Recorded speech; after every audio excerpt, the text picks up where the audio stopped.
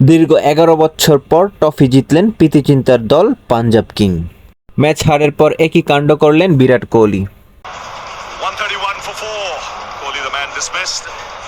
গতকাল মুম্বাইকে হারিয়ে বেঙ্গালুরুর সাথে ফাইনালে ওঠে পাঞ্জাব কিং। ফাইনাল ম্যাচে বেঙ্গালুরুর সাথে টসে জিতে বোলিংয়ের সিদ্ধান্ত নেন পাঞ্জাবের ক্যাপ্টেন। পাঞ্জাব তাদের সর্বোচ্চ শক্তিশালী টিম নিয়ে মাঠে নেমে বেঙ্গালুরুকে বল করে আটকায় মাত্র ১৯০ রানে। রয়্যাল চ্যালেঞ্জার বেঙ্গালুরু শুরুটা খুব ভালোই ছিল, কিন্তু মিডল অর্ডার থেকে একের পর এক উইকেটের পতনে দলের সংগ্রহ হয় ৯ উইকেটে ২০ ওভারে ১৯০ রান। ১৯১ রানের টার্গেটে পাঞ্জাব ব্যাটিংয়ে নেমে মাত্র ৪ উইকেট হারিয়ে শিরোপা জিতেন ১১ বছর পর। দীর্ঘ ১১ বছরে পাঞ্জাব একবারও উঠতে পারেনি ফাইনালে। এইবার প্রথম ফাইনালে উঠে প্রথমবারই নিয়ে নিলেন নিজেদের প্রথম শিরোপা।